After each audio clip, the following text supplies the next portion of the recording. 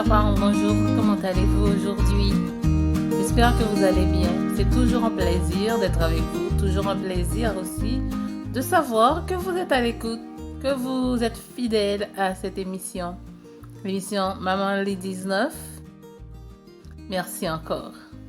Aujourd'hui, comme sujet, nous allons parler de l'expression des besoins pour les enfants de 2 jusqu'à 6 ans, même au-delà. Donc, c'est important de pouvoir exprimer ses idées, de pouvoir exprimer ses besoins. Donc, on va voir pourquoi c'est important et aussi comment exprimer ses idées, comment exprimer ses besoins pour ses enfants. Tout d'abord, pourquoi votre enfant a besoin d'exprimer ses besoins? Parce que votre enfant n'est pas toujours avec vous, il n'est pas toujours à la maison. Il est souvent à l'école, donc il a besoin d'interagir avec son enseignante ou ses enseignants, ses enseignantes, avec ses amis ou ses pairs. Donc c'est pour ça que c'est important, c'est absolument important pour votre enfant de pouvoir exprimer ses besoins. Cette façon aussi, ses besoins, le fait de pouvoir les exprimer, ça lui rend autonome. C'est important aussi de savoir. Voilà. Et je vais vous donner quelques astuces justement pour savoir comment inciter votre enfant à s'exprimer ou encore à exprimer ses besoins, surtout pour les plus jeunes. C'est des choses qu'on fait tous les jours, mais des fois qui passent inaperçues. Donc voilà.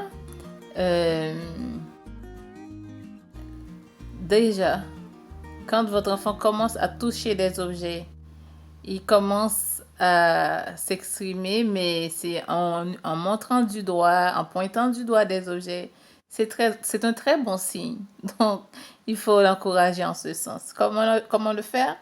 Par exemple, votre enfant a besoin de boire du lait. Maman, du lait. Si votre enfant vous dit maman du lait, ça veut dire maman, je veux du lait. Donc c'est bien. Ça c'est une bonne phrase. Maman du lait, c'est une phrase complète pour un enfant euh, qui commence à parler, qui est en apprentissage ou encore début de l'apprentissage du langage. Euh,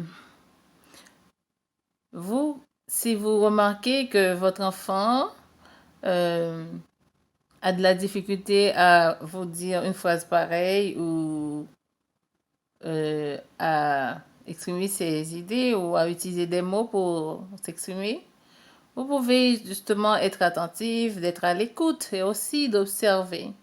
Ne faites pas tout de suite, ne demandez pas à votre enfant, par exemple, est-ce que tu veux du lait sans avoir vu que l'enfant a manifesté une certaine volonté ou a essayé d'exprimer ses besoins. Euh, Vous pouvez, par exemple, si l'enfant est capable de pointer, vous pouvez observer, vous lui demandez qu'est-ce qu'il veut, vous posez des questions. S'il ne peut pas terminer ses phrases, vous pouvez lui poser d'autres questions pour essayer de creuser, pour essayer de comprendre davantage, même si vous avez compris a priori. Le fait de le faire, ce n'est pas une mauvaise chose, au contraire, c'est pour aider votre enfant à exprimer ses besoins ou encore à communiquer. C'est une première chose. Et aussi, vous le faites parce que votre enfant, quand il va à l'école, les autres personnes ne sont pas toujours aussi patientes avec votre enfant que vous l'êtes à la maison.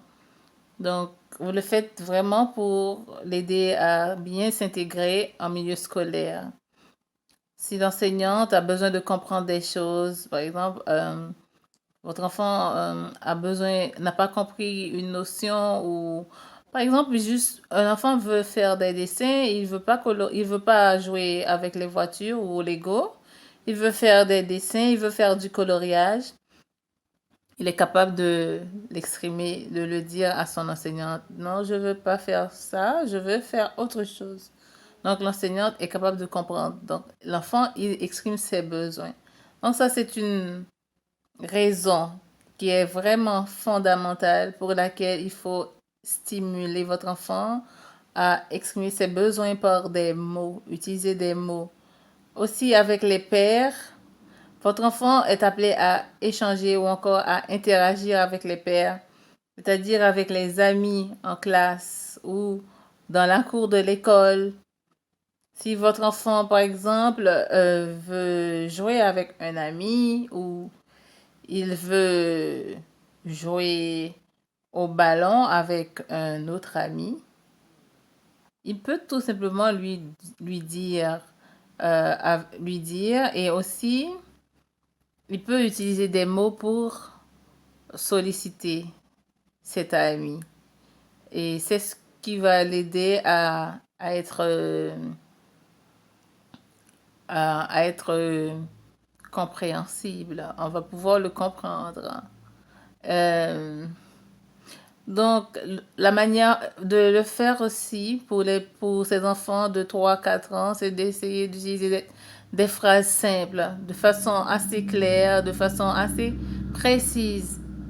On n'a pas besoin d'avoir des phrases complexes ni des phrases trop longues pour communiquer, pour exprimer ses besoins, mais tout en utilisant des phrases simples, des phrases courtes, on est capable, on réussit à s'exprimer.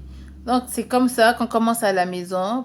Pour les enfants qui savent déjà parler ou qui savent communiquer, quand vous essayez de les aider dans ce sens, vous stimulez, vous aidez aussi à renforcer leur vocabulaire.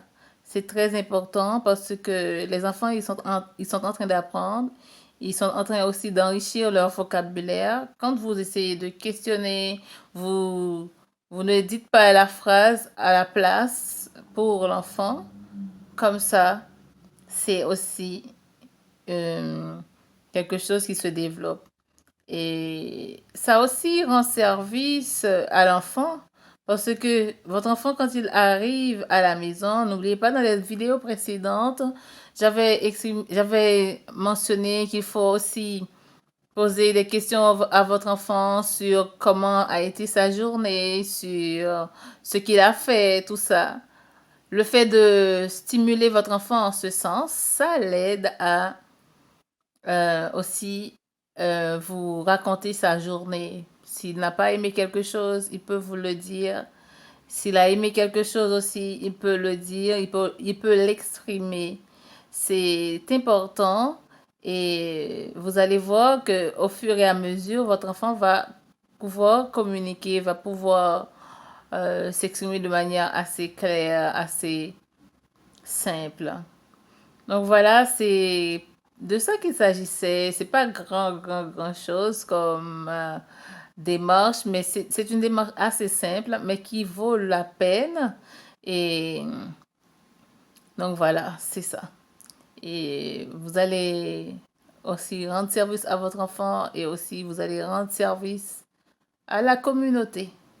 Donc merci encore de votre écoute. Merci de vous abonner à la page Maman Lit 19, à ma page Facebook et aussi abonnez-vous à ma chaîne YouTube pour être à jour sur les prochaines vidéos ou encore si vous voulez revisionner d'autres vidéos, ça peut aussi être plus simple de le faire en vous abonnant à la page. Merci encore de votre fidélité. Merci de ce que vous faites auprès de votre enfant. Merci de vous investir dans la vie de votre enfant, dans son éducation. Mon nom c'est Shirley Brunache. N'oubliez pas, un parent prévenant, c'est un parent qui, tous les jours, interagit avec son enfant dans une relation horizontale et en donnant la place qu'il faut à votre enfant. Merci encore. Au revoir. Prenez soin de vous. À la prochaine.